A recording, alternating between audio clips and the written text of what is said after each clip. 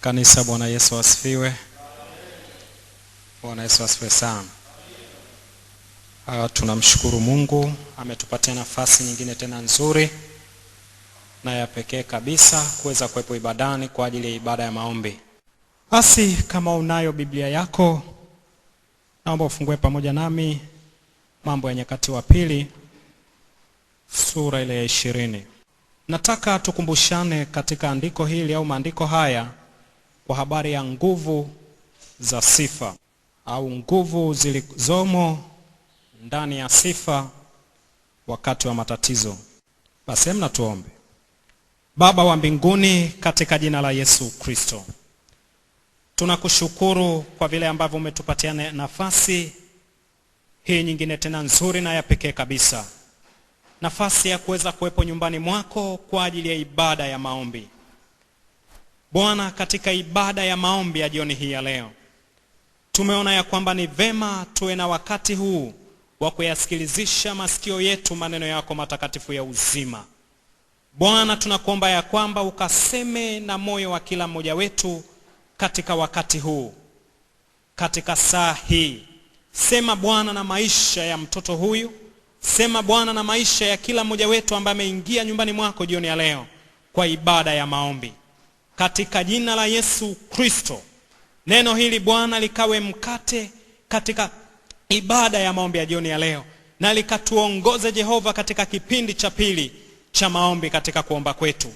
Kwa Kristo Bwana wetu tumeomba na kuamini na kushukuru kwa ajili ya haya. Na wote tuseme amen. Amen. Nyakati wa Pili sura ile ya 20. Nitaanza mstari ule wa kwanza.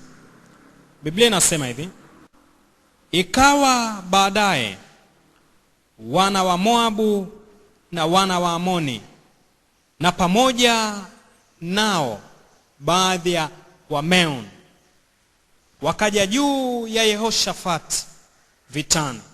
Wakaja watu waliomwambia Yehoshafati wakisema, wanakuja jamii kubwa juu yako watokao Sham toka ng'ambo ya bahari, na tazama wako katika Hasason Tamari, ndio En Gedi. Yehoshafati akaogopa, akauelekeza uso wake amtafute Bwana.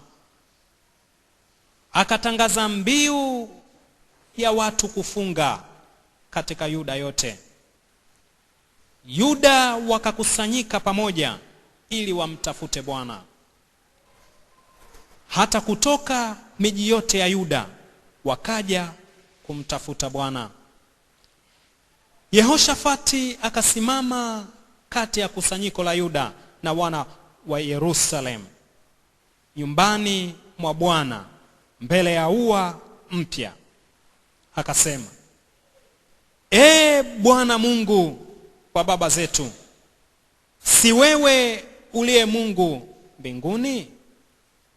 Tena si wewe utawalaye falme zote za mataifa?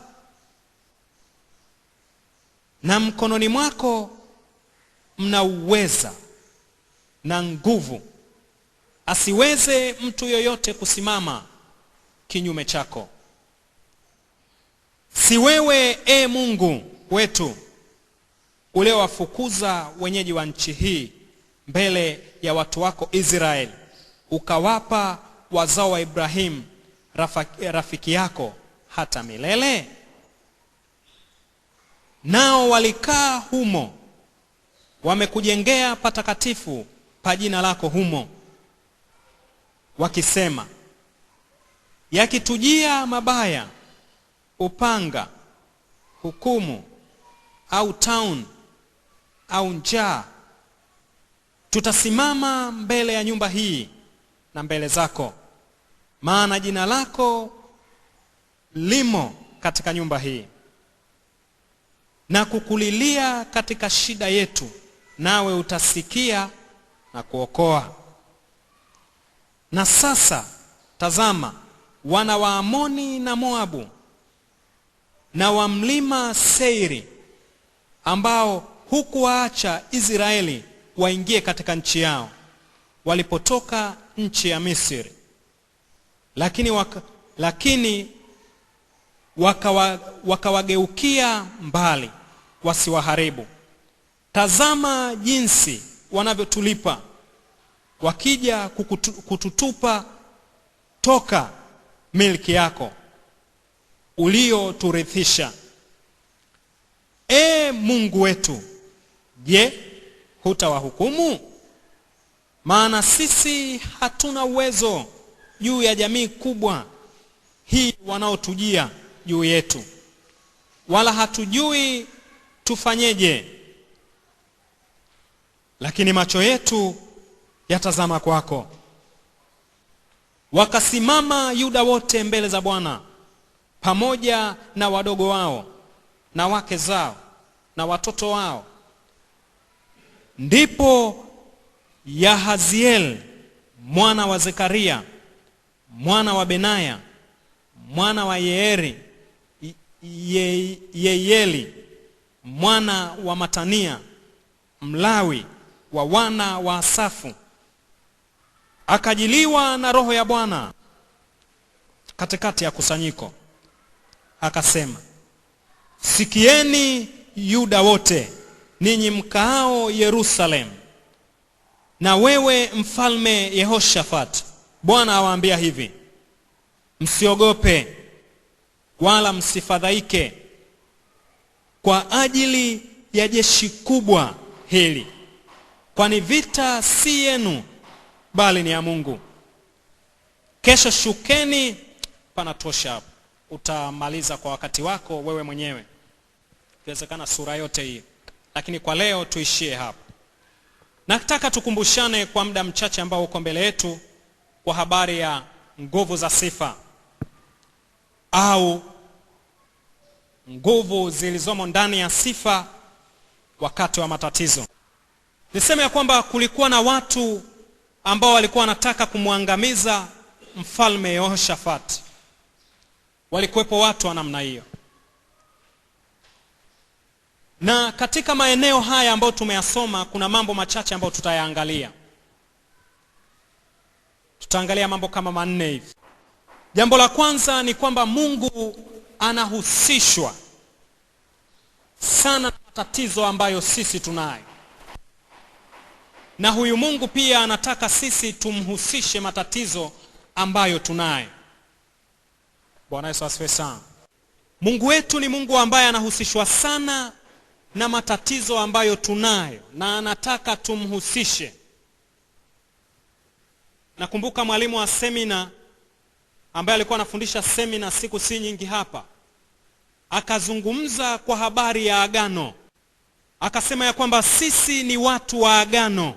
Mungu amefanya maagano na sisi. Na hii ina maana ya kwamba sasa hivi ile hali ya Mungu wetu ameweka agano na sisi, na hii ina maana ya kwamba yale matoleo ya kuchinja wanyama hayapo tena, kwa sababu Bwana wetu Yesu Kristo alishakufa msalabani. Kwa hiyo Mungu amefanya agano na sisi. Sisi ni watu wa maagano, watu wa maelewano, watu wa makubaliano, watu wa mkataba na Bwana wetu Yesu Kristo. Nataka tukumbushane kwa habari ya nguvu zilizomo ndani ya sifa au nguvu za sifa. Jambo lingine ambalo tutaliangalia liko katika mstari ule wa 6 na wa 7 na wa 12. Nitasoma tu ule wa 12. Unasema hivi: Mungu wetu, je, ngoja nianze ule wa 6. Inasema, akasema, Bwana Mungu wa baba zetu, si wewe uliye Mungu mbinguni? Tena, si wewe utawalaye falme zote za mataifa? Na mkononi mwako mna uweza, na nguvu, asiweze mtu yoyote kusimama kinyume chako. Utamalizia mistari iliyobakia wewe mwenyewe. Swala lingine ni kwa habari ya kukiri na kutambua ukuu wa Mungu.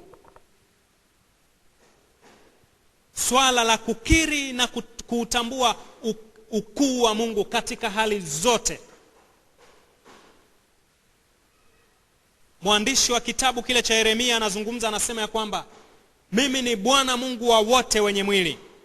Je, kuna neno lolote lililogumu nisiloliweza? Anauliza swali. Jibu lake ni kwamba hakuna.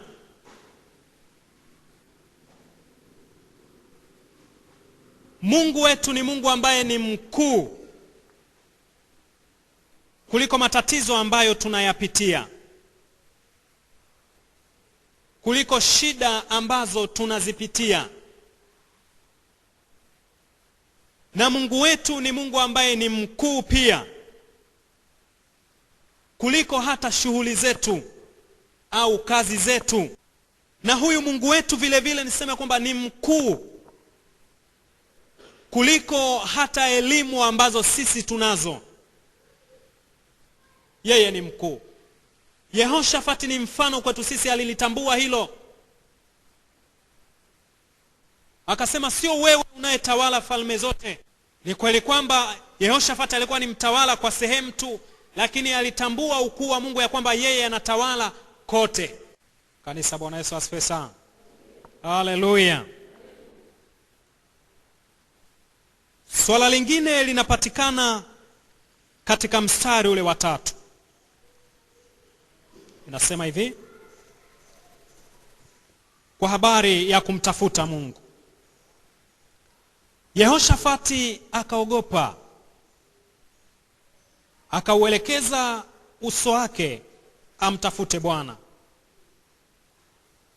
Akatangaza mbiu ya watu kufunga katika Yuda yote kumtafuta Mungu. Na hii ndio maana tuko mahali hapa jioni ya leo, au katika ibada hii. Tuko hapa kwa ajili ya kumtafuta Bwana. Ni kweli kwamba tumekuwa tukimtafuta, tunamtafuta na tutaendelea kumtafuta. Haleluya. Bwana Yesu asifiwe sana. Tutaendelea kumtafuta. Na ya mstari ule wa 3 inazungumza ya kwamba huyu Mungu pia anapenda tuwashirikishe watu wengine maombi yetu au shida zetu. Mfalme Yehoshafati aliona ya kwamba haitoshi kuomba yeye mwenyewe. Maandiko yanasema ya kwamba aliwashirikisha wengine, wana wa Yuda au Yerusalemu. Aliwashirikisha. Mungu anakutaka wewe umshirikishe mtu mwingine shida yako. Kuwa na muda wa kumtafuta Bwana wewe mwenyewe. Alafu pia mshirikishe mtu mwingine shida yako ambaye ana mzigo wa maombi. Kanisa, Bwana Yesu asifiwe sana. Haleluya. Shirikisha mwingine. Maandiko utasoma kwa wakati wako. Injili ya Mathayo sura ile ya 18 aya ile ya 19. Alafu mwingine naomba anitafutie, anifungulie Yakobo sura ya 5 aya ya 13 mpaka ya 16. Alafu mwingine naomba anitafutie Waebrania 13 aya ya 5. Waebrania 13:5, Mathayo 18:19, Yakobo sura ya 5 mstari wa 13 mpaka 16. Mimi nitasoma Mathayo. Tena nawaambia ya kwamba wawili wenu watakapopatana duniani katika jambo lolote watakaloliomba watafanyiwa na Baba yangu aliye mbinguni. Mwingine naomba anisomee ile Yakobo. Mtu wa kwenu amepatikana na mabaya na aombe, ana moyo wa kuchangamka na aimbe zaburi. Mtu wa kwenu amekuwa hawezi, na awaite wazee wa kanisa, nao wamwombee na kumpaka mafuta kwa jina la Bwana. Na kule kuomba kwa imani kutamwokoa mgonjwa yule, na Bwana atamuinua, hata ikiwa amefanya dhambi atasamehewa. Waebrania 13:5. Msiwe na tabia ya kupenda fedha, muwe radhi na vitu mlivyo navyo, kwa kuwa yeye mwenyewe anasema, sitakupungukia kabisa wala sitakuacha kabisa. Amen. Inatosha. Asante mwalimu. Ni kwamba Mungu anatutaka tuwashirikishe wengine matatizo ambayo tunayo.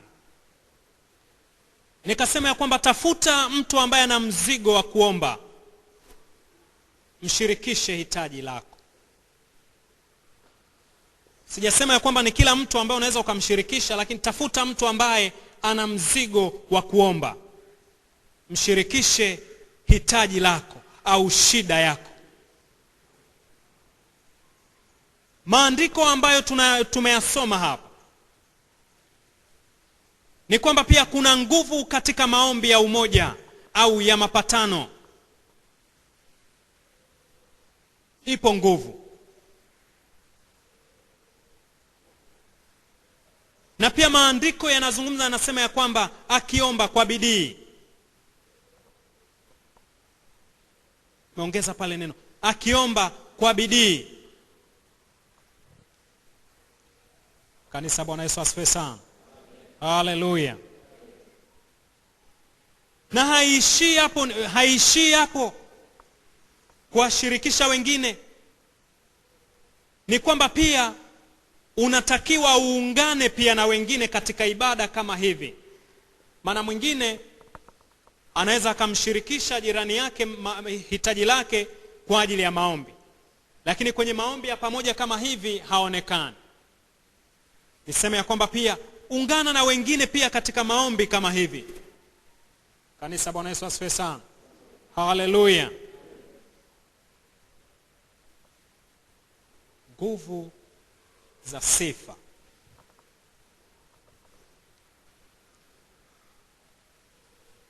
Ukweli ni kwamba tunayo mahitaji, tunayo matatizo.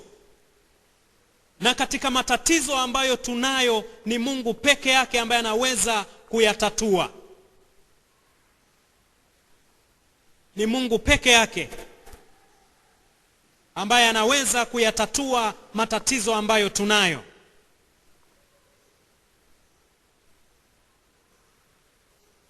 Ukiangalia katika maeneo ambayo tumeyasoma, Biblia inazungumza kwa habari ya jawabu la Mungu. Maana mfalme Yehoshafati alimwendea Mungu kwa maswali mengi. Na kwa sababu Mungu ni mtatuzi wa mahitaji ambayo tunayo, Mungu alitoa majibu ambayo yanahitaji imani. Majibu ya Mungu ambayo ameyatoa yanahitaji imani. Haleluya. Kanisa, Bwana Yesu asifiwe sana.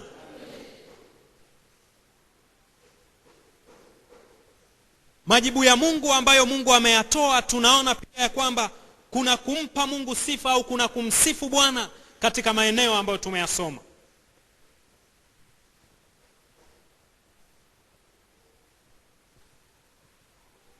Nguvu za sifa au nguvu zilizomo ndani ya sifa.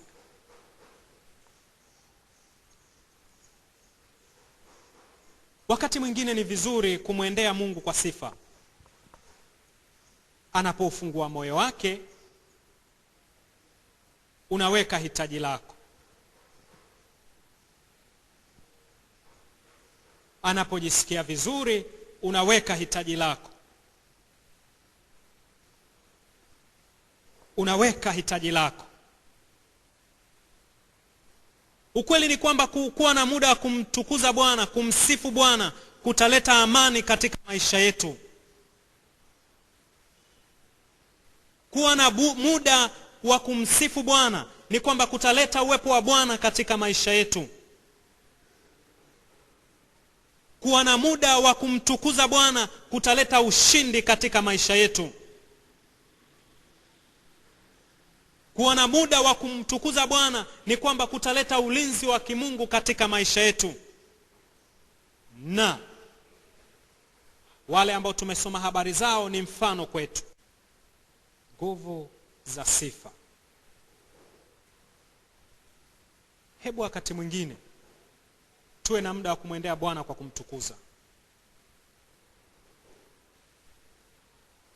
Tutamwona Bwana katika haja zetu. Kwa maneno haya niseme ya kwamba Mungu akubariki sana, na tunapokwenda katika kipindi hiki cha pili cha maombi, tafuta sehemu ambayo unaona ya kwamba itakufaa kwa ajili ya maombi, ingia katika maombi. Nimezungumza kwa habari ya nguvu za sifa. Yehoshafati mfalme alimgeukia Mungu katika mahitaji ambayo anayo. Na Mungu ni jawabu, ni jibu katika matatizo ambayo tunayo peke yake. Mungu akubariki sana.